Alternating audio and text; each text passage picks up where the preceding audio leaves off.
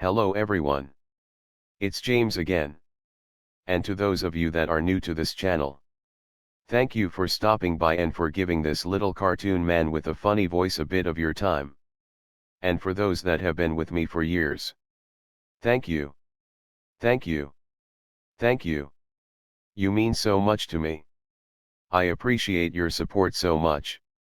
With that said, today I was going to make a video about something else. But I came across a video where a content creator here interviews homeless people. And they interviewed this man right here, as he began to talk about the lonely men crisis that is happening in the United States. And I'm sure it's happening elsewhere too. Which leads to, in my humble cartoon opinion, a big problem for men and women. I will put a link for the video in the description below, so you can watch it. It's very short. But what's interesting is, he says the main problem is money. Meaning you have to have all of these things for people in general to want to even be around you. Now, I want to say, I know that both men and women struggle with loneliness. Especially those that have been narcissistically abused. Because we are a bit more careful and even scared at times to trust others and get into relationships with them.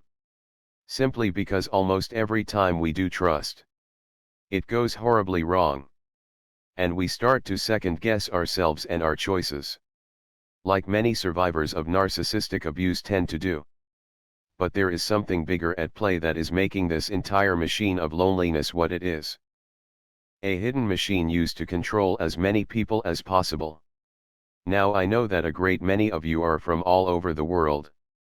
I have lots of subscribers in the United States, along with other Western countries. I have lots of subscribers from all over Asia, South America and Eastern Europe. So the dynamics might be flipped or different. But the idea might be the same. What do I mean? The scapegoats and golden children that have been picked by the societal narcissists might be different. Meaning, you might live in a country where a man can do no wrong, and the women are looked upon as the bad ones. Or you might live in a place where the women can do no wrong and the men are the ones looked upon as if they are the cause of the problem. The idea is the same or similar. But who's slated for punishment by default is different. Now if you live in the West, you will know what this man in this video is saying is correct to some degree. Or to a large degree for that matter. It seems that the standards that men have to perform at, even to be looked at with any kind of respect or to even find someone that might take interest in them is crazy. And don't worry. I'm going to get how this dynamic is affecting both men and women for the worse. But if you want to see what I'm saying, just watch any of these so-called self-improvement podcasts, where the guys are trying to so-called teach men how to be men. Now I do agree that men should go out and get into shape. Men should present themselves as professionally and as well as humanly possible. But in the same breath of them providing these helpful steps in becoming more successful in life, they tell these very same men that you deserve to be mistreated by your girlfriend or wife, simply because over time she started to make more money than you, and she stopped respecting you. Or they will tell the women on the show, the man they are looking for is only 1% of the United States population. And that's not even factoring into things if he's a decent man or not. But then in the same breath, they tell the men they are trying to help, they are losers if they aren't that 1% man. And any other man that isn't that top 1% man gets what they get for not being a top 1% man. But is it really just so-called female nature and more male nature for these things happening? Or is there something bigger at play? Now for those that don't live in the United States, I want to paint a picture for you. A large amount of women seem to be brainwashed into thinking making any eye contact with a man is somehow creepy. Even if you are dressed well, and you are looking sharp, and you might say a polite hello, just being neighborly and or friendly, it can be taken the wrong way, or met with mean behavior and a rude face. Now some people can be warm and welcoming to this politeness, But it's growing so difficult to tell. What woman is okay to politely smile at and which one will have a problem? So much so. Most men have given up and now do nothing. Now for me. I try to be friendly with store clerks and those I might get my coffee from, which can lead to easily being able to exchange a polite hello with others that are nearby. But it seems like that mutual connection between women and men has been cut. The question is, who cut it? And this goes back to the homes we grew up in with narcissistic abuse. Because what the societal narcissists are doing is darn near exactly the same. You see, my mother knew early on. I could see through her BS. And wasn't going to go along with her gaslighting. But my brother? She could manipulate him into doing or saying anything she wanted him to. And besides smearing my name to everyone she could. She made sure my brother literally, and I do mean literally, hate my guts with everything he had. I mentioned in my last video, and I've talked about before, how I was lured by a so-called friend, who I believe was or is a narcissist, to be beaten up by a bunch of big guys. And interestingly enough, I believe the first time I told this story, someone made a comment, or they asked a question, if my mother had something to do with it. And weirdly enough, until that day, I never really thought about it like that. And then I remembered catching my mother in the act of talking bad about me to this friend as I was just entering the room. And my mother quickly got quiet. Well, not too long after that weird situation. Maybe a week or two. I can't remember. But the timing was fairly short. I was lured to a location and beaten up quite badly. And then this so-called friend showed up after the fact, pretending to be angry and upset at what happened to me. Years later, once I learned about narcissism, and I cut ties with this so-called friend, that incident and other situations flashed through my mind. And I believe the chances that he had me set up are extremely high. But it was only until that subscriber a year or two back asked, "Do you think your mother had anything to do with it?" was when I thought, oh man, I bet it was because her talking bad about me. This so-called friend said he would take care of it and me. And he did. Well, as I mentioned before and yesterday, when I arrived home, broken, bloodied, and my clothes torn all over the place, my brother seemed happy about it and said, "They should have beaten you up worse." That's the level of hatred my mother put into my brother to have for me. Why? Because she knew that everything she was doing was wrong and evil. And if my brother and I were able to form a strong bond with one another, we would have no doubt about it, help one another out in life and likely to escape my mother. You see, no matter where you're at in the world, the division you are seeing is likely manufactured. Just like it was manufactured at the hands of my mother. And the reason why it has been manufactured is because they don't want strong partnerships to form and grow. And strong families to create even bigger and stronger families. Think back in Egypt when the Pharaoh commanded that all boys born of the Hebrews be deleted. And thus Moses was spared and put into a basket and floated down the Nile River to be raised as an Egyptian. You see, when the narcissists are afraid you are going to mess up their power, because they know what they are doing is clearly wrong, they do what they can do to keep you from being able to form bonds with other people where you can potentially help out one another. Now I will say, if you don't live in the US, I want to paint another picture for you. Almost every television show, at least the popular ones, they openly degrade men. They make fun of them. They mock them. They emasculate them. And they at times will do this to their own husbands right in front of them on some of these daytime talk shows. Now where you're at, it might be the reverse. But what this does is teaches. It teaches women. I know. Not all. Not all. But remember, societal narcissists aren't worried about the few that fall through the cracks. At least yet anyways. They just want to get as many people to go along with their golden child scapegoat program as they can. But this openly teaches women to have hate and a lack of feeling for men in general, and to look at men as objects to be used, which is what we know is a trait of narcissism. This is why this man behind me in this short video clip is talking about the shallowness of relationships. And this is why it's also bad for ladies. Because the guys that are going to walk up to you and talk to you like they are interested are more likely to be not just some confident guy, but he's more likely to be a narcissist or a guy that means you no good. Why do I say that?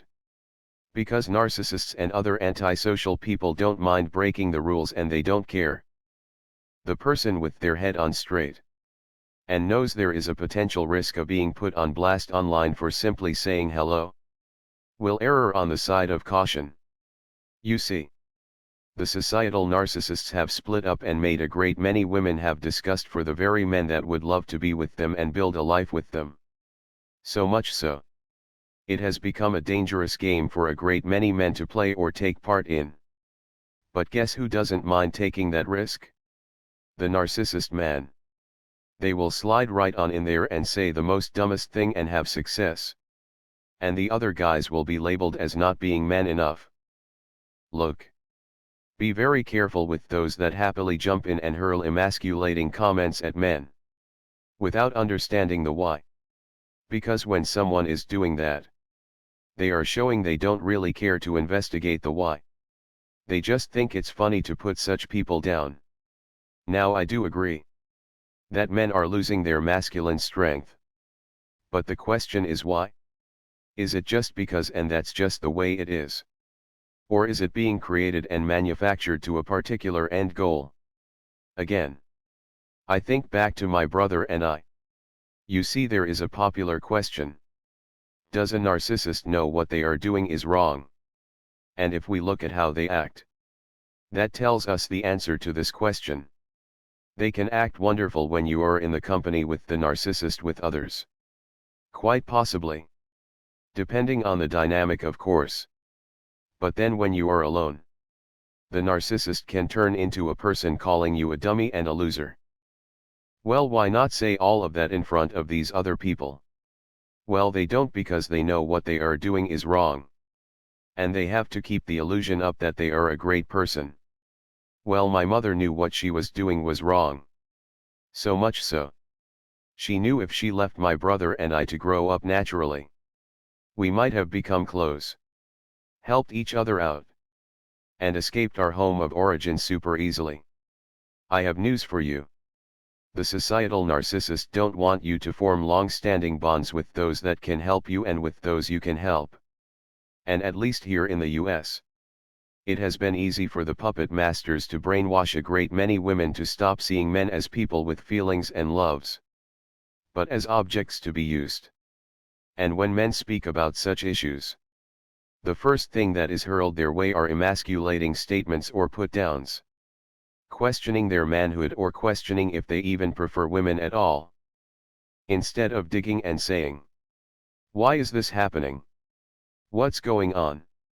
And the more you see these shallow insults being thrown back and forth, you are seeing an increase of narcissistic and sociopathic men pairing with and destroying women. And men that have love in their heart to give, getting left in the cold. And not all of these men are corny and too nice. When I'm at the gym in Cartoon World getting my workouts in, I talk to some of the men there, of all ages. Some of these guys have great jobs and make wonderful livings for themselves. Then there are some that have basic entry-level jobs and are barely getting by. Some look like male models and other guys that look like an average guy that might pass you on the street. And they seem for the most part to be in the same boat with loneliness. And the reason why is, these are guys that are appearing to do the right things. And the sociopath men and narcissist men are snagging all of the available options out there. Why? Because those that control the market have made the market shallow. Look. They can one day come out with a certain style of jeans and everyone will start to wear them, even if it looks not so good to most people. Why? Because most people want to do what everyone else is doing. Well, let me tell you what.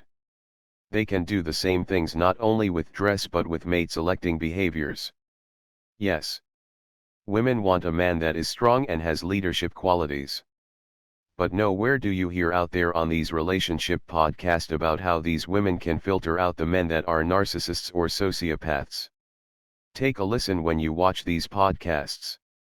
You will hear how the woman should secure and lock down the best option she can. Financially, that is. But you hear nothing about beliefs and loves for God. Well, there are a few guys and women that show up on these shows that mention this. But it's very, very few.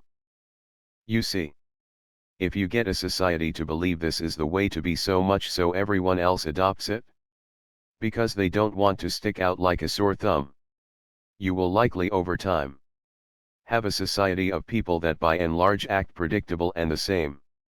And you see, if you think back, if we already had narcissists in our lives when we met our narcissist ex, they sure didn't help give us a warning to dump this person. They might have encouraged you to date this person, simply because they knew this person was going to wreck your life. Well, why would those that call the shots of society want women to all chase after these 1% guys and to see any other man as disgusting? Because they know they will end up with pain and trauma if they chase such goals and men. And they might end up developing some form or another of narcissism. Narcissists love to turn other people into narcissists. It's just like vampires. There are some people the vampire bites and they drain and delete them. But other times, the vampire bites and turns their victim into them. Societal narcissists love the fact that they are pulling more women or men, depending on where you live in this world, into narcissism. Because narcissism affects both men and women equally. But in some places, open narcissism is celebrated. In the US, women can be rude, mean, take a man's money, and use him for all he has. And she's celebrated. Whereas in other parts of the world, the rude, mean man that uses people is seen as powerful and cool and is celebrated as well. All this does is shut out people from helping one another, simply because they have been trained to hate each other. Look. Instead of being mean to a man that gave up on that idea of chivalry, ask yourself what happened and why. Ask some questions. Try to understand. Because Satan is always up to something. And he wants to cause as much division between us as he can create. Now, one thing this man said or talked about is he has gotten used to being alone. And I think many of us have gotten to this stage as well. But God knows most people need someone. As he has said, it is not good for man to be alone. I can't tell you what to do out there, as I'm just a little cartoon. But for the ladies, and I'm not talking to the long-time subscribers ladies on my channel, as I know you get what I'm saying. But ladies, you have to ask yourself, do you want to show up and be with a man that you know nothing about, that might be rich and has a private jet? Or they are renting those things just to get lucky with you? Or would you rather go on a walk with a man that wants to get to know you for you? Remember, God gives us what we need, not what we want oftentimes. Mostly for our own protection. I've used the example of Rocky many times. Adrian didn't like Rocky for money. They were both quite poor. When they met, she liked Rocky because he was genuinely kind. Yes, he was a protector. But he had real and genuine intentions when he was trying to date Adrian. I mentioned before when he got his first payday from his first fight with Apollo Creed. And Rocky went out and bought a nice new car. And then started to spend all of his money on Adrian. Because he loved her so much. He wanted her to have this really nice fur-collared coat. But she kept tugging at her red winter coat, trying to convince Rocky that her winter coat was just fine. Why? Because she loved him. You see, Adrian wasn't there because of the fighting. Actually, she never wanted him to fight. And did not like seeing him get hurt. She just wanted to be with him. And however they were able to figure out life, they were going to figure it out together. And even in Rocky 5, when Adrian discovers that her brother Paulie, who's extremely hard to deal with to say the least, Paulie had Rocky sign what he thought was a tax extension form, while they were in Russia, to fight Ivan Drago in Rocky 4. But it was really unfortunately a power of attorney in favor of their crooked accountant who stole all of their money. But the first words out of Adrian's mouth as she's trying to keep her voice low as it's night and Rocky is upstairs with his son. She says to Paulie, "That wasn't your money." "Paulie, that was Rocky's money." "She didn't say my money." "That was Rocky's money." "That was Rocky's money." She never looked at Rocky for what she could get, but who he was as a person. A person that she greatly loved. So much so, when in Rocky 5 and it was clear Rocky had lost all of his money, and had to move back to the bad neighborhood he was from again, he was very apologetic the entire way through, as he kept on saying, "It's only temporary." And the truth was, Adrian was okay with the fact that it might not be temporary, and she wasn't going anywhere and about to leave Rocky. So much so, when a bunch of crooked promoters are trying to get Rocky to fight again, although Rocky just got some health news about suffering brain damage, Adrian jumps in between them and screams with all of her love, "He's done. He's done fighting." All the while Rocky has just realized she just came from the pet shop she used to work at when they first met, and has put two and two together. She got her old job back. And that's all he can think about. And once the promoters leave, and he asks her why did she get her old job back, that he has to start over but she doesn't. Meaning, she could just leave him and he would understand. As she replies with a cry in her voice, as you can see the boxing gym sign behind them, as she says, "I wanted to be there, so I could be close to you." And I've watched tons of reaction videos of the Rocky series.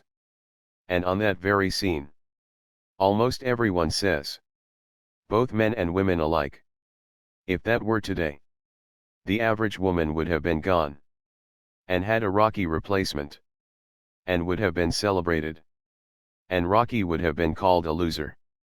Look, the thing the Rocky movie shows us is we need each other. Rocky fought from his love he had for his family, and it pushed him to greater heights.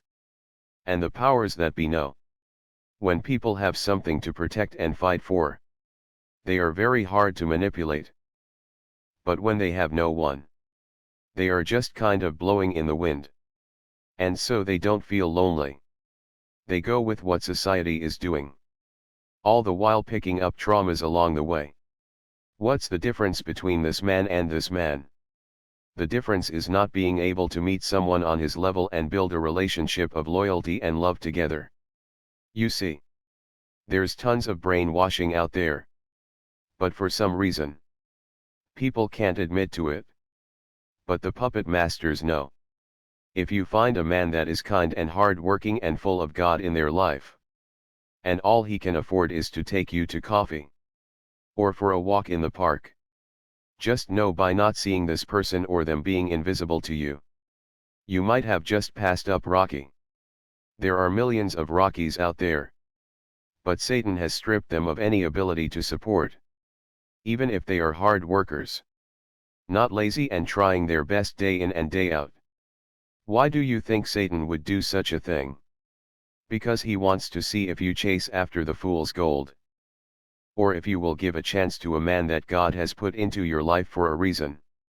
God knows what he can do for you and the person that you are with. But maybe he made that man lose it all because he wanted to see what you will do. God doesn't like fake friends. And he doesn't want fake love and praise. He wants us to praise him in our best of times and worst of times. Well, we are created in the image of God. And the people we are with, God doesn't want them to be with us for shallow reasons. Both men and women. Because he loves us so. Ask yourself, why does this man that tries so hard, that is loving, caring and kind, have such bad so-called luck? The truth is, most men don't have someone that will stick by their side and work on things together.